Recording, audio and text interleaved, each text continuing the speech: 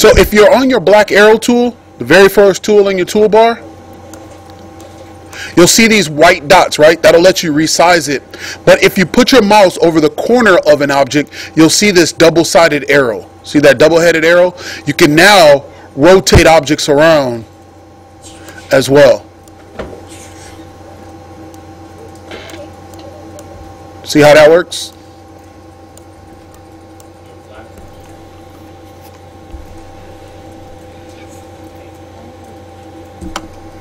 So put your mouse just outside the corner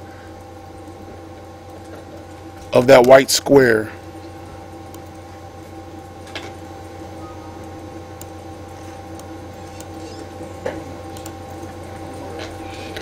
All right, try the next tool. That's the ellipse tool. Ellipse.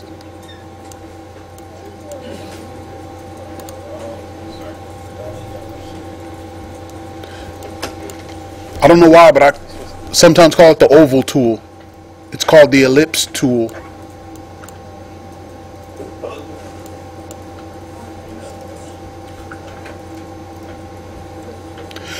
Now, I noticed some of you, take a look up at the board.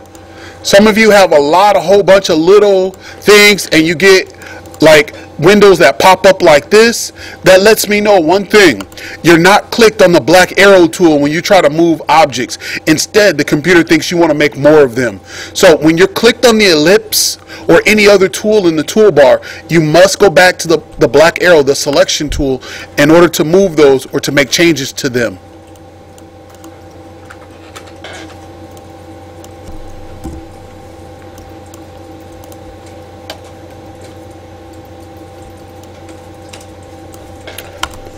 Okay, here's something else.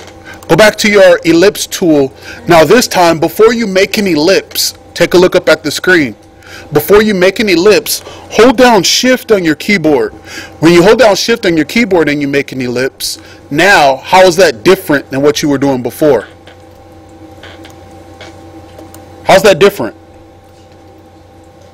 One is like an oval and the other one is like a circle. So what does Shift do? It makes it squish or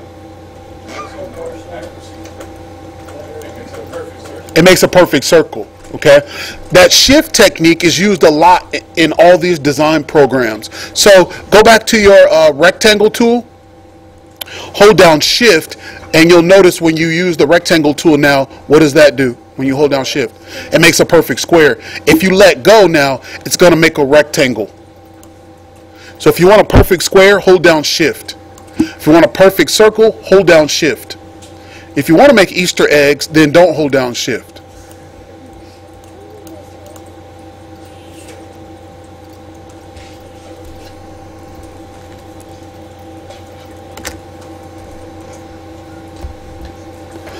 All right, the next tool is the polygon tool. Stay with me, guys. Click on that tool, the polygon tool. When you use the polygon tool, instead of letting go of your shapes, now use the up and down arrow keys to add sides to your polygon or to take away sides to your polygon.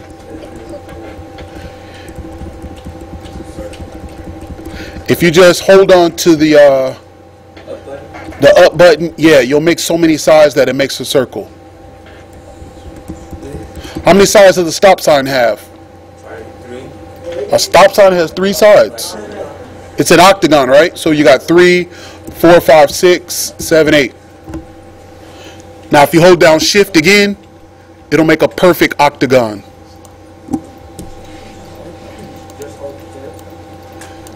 Use your up and down arrow keys first, then hold down Shift.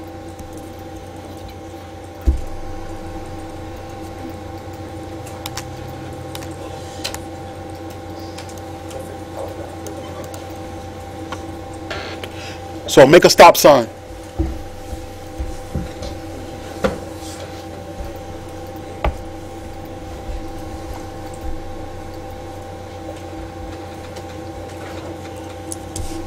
And I'm going to ask you guys for the 730th time, just do what I do and you will be good.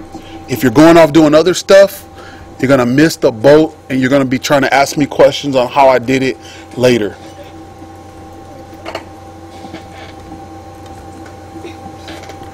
You're going to miss essential skills that you're going to need to know in order to do stuff later on.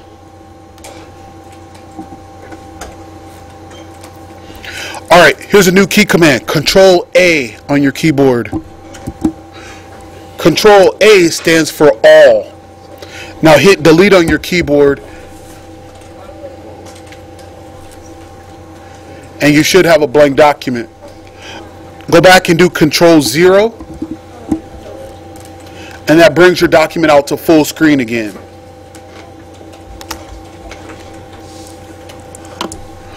Alright, the next tool is the star tool. Click on that one. Again, click and hold and drag out a star, but just like the octagon, use your up and down arrow keys and you can add or subtract points from your star.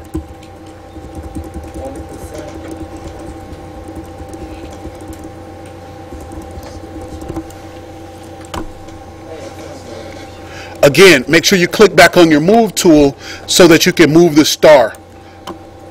If you click off of the star, it thinks you're going to want to make another one.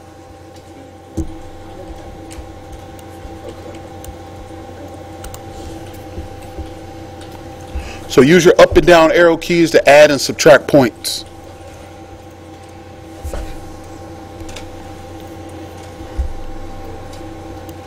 And just like all first graders, I mean high school students, they hold down the up key to see how many they can make.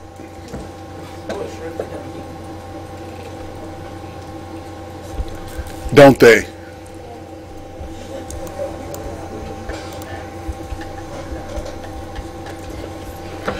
All right, do Control A on your keyboard. That stands for all. Hit delete. And the very last tool is called the flare tool. Click on the flare tool and drag out some flares. I want you to use this tool right now because listen to me when I say this. Never, ever, ever use the flare tool in anything for this class. Never, ever, ever use the flare tool for anything in this class. Never, ever, ever use the flare tool for anything in this class. Please do not try to print out a document that has the flare tool on it. The flare tool is a complex shape. In fact, it's so complex that you can clog up our printer by using the flare tool. It'll take an hour for your document to print. Okay? And if other people are printing behind you, their work won't come out. I will never, ever, ever allow you to use the flare tool in this class. All right? If you're at home, you got Illustrator, by all means, knock yourself out. But don't try to use the flare tool for any of your projects in this class. Okay? When we go to Photoshop, you'll be able to use the flare tool all day long in Photoshop. It looks pretty here, but it's so complex, it's going to clog up our printer. So do Control A, hit delete on your keyboard.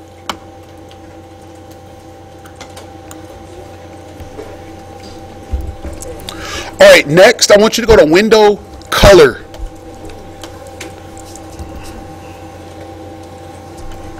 Go to Window, Color. If the check mark is already next to Color, that means that it's probably a tab already open on your dock station over on the right.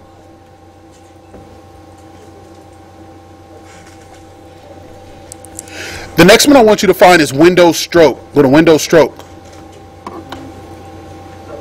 And again, if you see the check mark next to it, that lets you know that it's open somewhere on one of these tabs over here.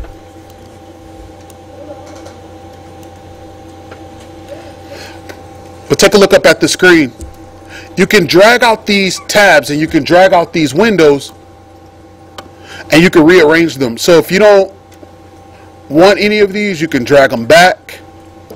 You can drag out, you can click here on the word stroke, you can drag out the stroke and you can put it right in there with the color tab.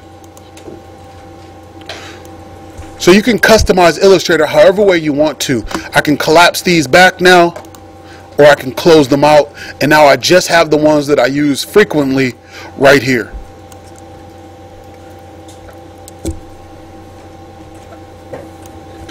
The next thing is this options button right here. This is very important. Each of these windows will have an options button where you'll have to go to show options to show you all of the things that you can do with that window. And again, just drag it out like I did right here. You can drag it out into your document and you can put these two together. Put color and stroke, put them together. Drag those tabs into each other. When you do that, you'll have to click on the show options button.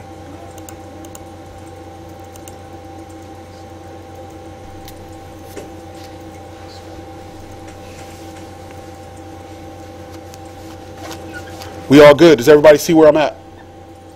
I still see people playing with the flare tool, and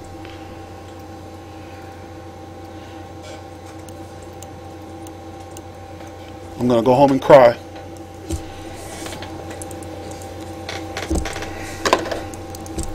All right.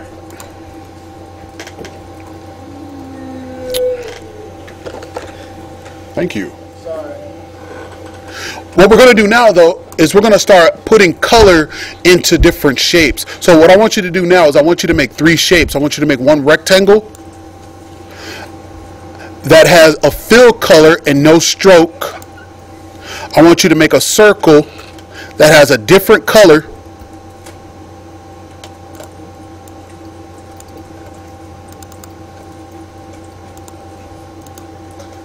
And I want you to make a star that has a third color.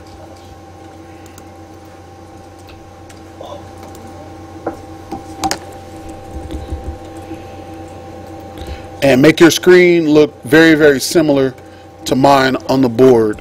So 3 shapes, 3 different colors.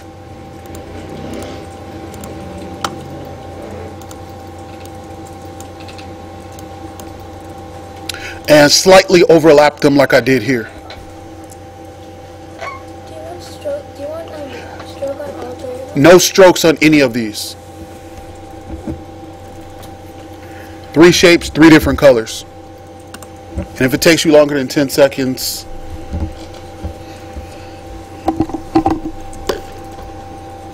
I'm going to feed you to my pet pug.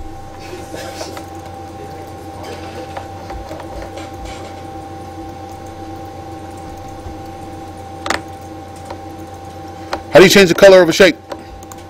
Clicking on it and then changing. Clicking on it and double click on the fill, or you can go over to this color window right here. Okay, so put 3 shapes, 3 different colors.